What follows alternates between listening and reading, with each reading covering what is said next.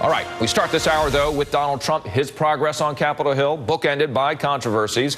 The presumptive nominee remains under fire amid a Washington Post report that he once posed as his own publicist, a claim that Trump denies. And today, a new scathing article in the New York Times about his past with women. The Times interviewing dozens of women who worked with and for Trump over the last 40 years. 11 women revealed accounts of unwelcome romantic advances, unending commentary on the female form, a shrewd reliance on ambitious women, and unsettling workplace conduct, all taken from the New York Times report. Trump's head of construction in the 1980s recounts Trump once telling her that she likes candy as a way of reminding her she was overweight. But there were also some women from Trump's businesses and pageants that described him as gracious and encouraging, saying he helped their careers and promoted them to high ranks in his company.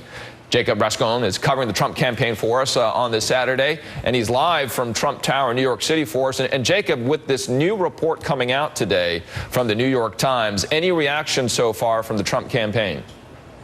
We've reached out to the campaign, Richard, and so far no formal response, though throughout the article Mr. Trump is interviewed, he denies a lot of what is said inside of it, including accusations about him in the Miss Universe pageant or the Miss Teen USA pageant. There are some, as you said, women in the article who speak positively about him. Mr. Trump has said repeatedly that he is a champion of women for hiring them as executives at a time when it was unpopular or uncommon to do so.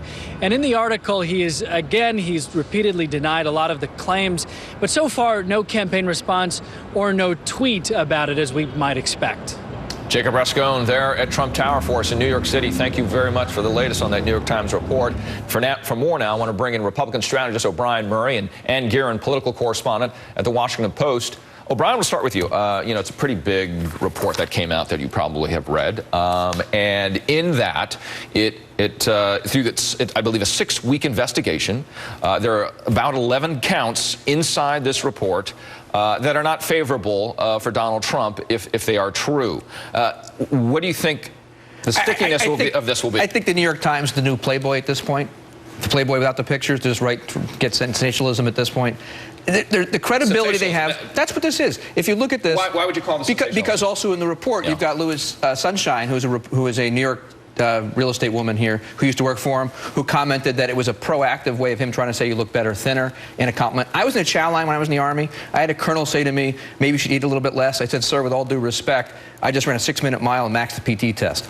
When you work with people, they say things. There are different things that occur, whether right or wrong. But the New York Times... But your colonel was not being accused of having issues with gender equality. But at the same Donald time, Trump is. But again, this goes back to something else. What's going to stick on Donald Trump? What do the voters care about? This is a man in New York City who is a billionaire, who is out there and has said outlandish things before. We saw it on The Apprentice. We saw it during the primary. None of this stuck to him. I don't see it sticking to him now. Good reporting from the New York Times here. Very careful. Double-checked, triple-checked here. Sure. You just don't agree with I'm not saying that what they wrote was inaccurate. What I'm saying to you is that what they wrote is dismissive. By comparing it to the National Enquirer. Were you I do. saying that? Yeah. I do. Well, I said Playboy. I didn't say National Enquirer. Okay, well, you were getting there maybe. I don't know. And what's your thought on this report? Because it does pretty systematically list situations that are not favorable to that theme that has been put out there for Donald Trump and women.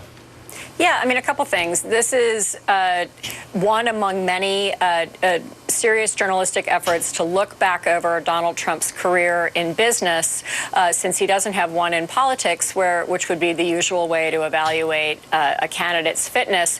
What he has is a long business career. So this is one among many efforts to look back and see what we can learn from that business career about what kind of person, what kind of leader he would be as president. Certainly it's confirmatory for a lot of Democratic storylines, Hillary Clinton's chief among them, that say that Donald Trump has mistreated women, is dismissive of women, and would be a president who would not have their best interest at heart. I think this is exactly the kind of thing that the Clinton campaign is looking to use to further that case. I was looking through the article here that all three of us have read, and I was on page 14, and this is where it's under the section of accusations accusations and denials, one of which they were reporting back to a book that was written, and in that discussion bringing up the accusation of rape, which he denies, and also bringing up the issue of groping with in another situation that they were reporting on here. Does any of this language that you've seen in the report surprise you, Anne? No, not really. I mean, one thing you said earlier, I think, is really salient here, which is that this is a look back over decades. Certainly, these are decades that involve different times for women in the workplace. If any of the allegations are true, none of that conduct is appropriate. But I think it's important to remember that a lot of this allegedly took place a long time ago when there were fewer women in the workplace, and certainly in the context of Donald Trump as a boss or a person in charge. That, I think, is, again, the kind of thing that Hillary Clinton and Democratic supporters of her will use to try to show that he has been an abusive boss. She dismissed, by the way, just for the record. Don't forget, that's also that's right. They brought it up as, again, an accusation and denial. So that's right. But I want to get by the wife. That's right, by Ivana. So I do want to dive into the numbers, though, which you're very aware of here, O'Brien. You know, the 70% unfavorability of women for Donald Trump. Sure. But then there's the other numbers that you know so well from the last election, where white women did vote Republican. That's where they had gone. What do you think this report is going to do to those numbers, if anything? I think this report won't have an impact on that, really. I think what's going to happen is when you have Hillary Clinton going versus Donald Trump head-to-head, when the issue of a third-party candidate coming out is off the table, when the issue of Bernie Sanders and Hillary Clinton is off the table for the Democrats, you have to have the Republican Party unite to win in November. That's what this is going to be about. Right now, there's still some Republicans that think, okay, there could be a third-party candidate. The question is going to be, is it going to be a third-party candidate that can win, or is it about giving the White House to Hillary Clinton? And I think when the Republicans see it's giving it to Hillary Clinton, they're going to be dismissive of it and say, this doesn't work. Do you think he brings out more in this report of those women that he has put in prominent positions in his businesses? Because there are several accounts in this as well of that. Developed Trump Tower. Right. Lois Sunshine has done fantastic work here in New York and has made a lot of money on her own when she left Donald Trump. Other women that have worked there, too, of course, same thing. Ivana, his ex-wife, did a fantastic job with hotels and the plaza right down the street here, of course. And your thought on this, is that what they need to do here? Because as we look at what's happening at the moment, these thematics are not helping Donald Trump get the talent that he needs into his team as he moves forward towards November.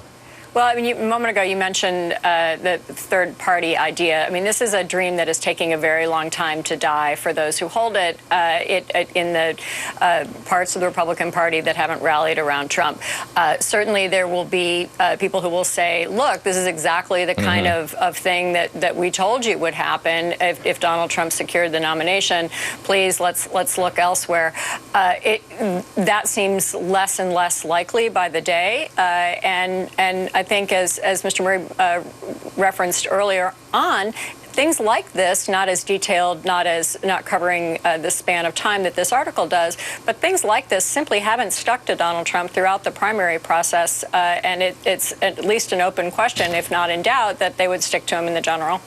All right, Republican strategist O'Brien Murray, thank you for joining us. Ann Guerin, staying with us. We'll see you in about 30 minutes. Thank you both. It's hard to predict what will happen in a general election with Donald Trump's name on it, as has been said by our panelists just a second ago.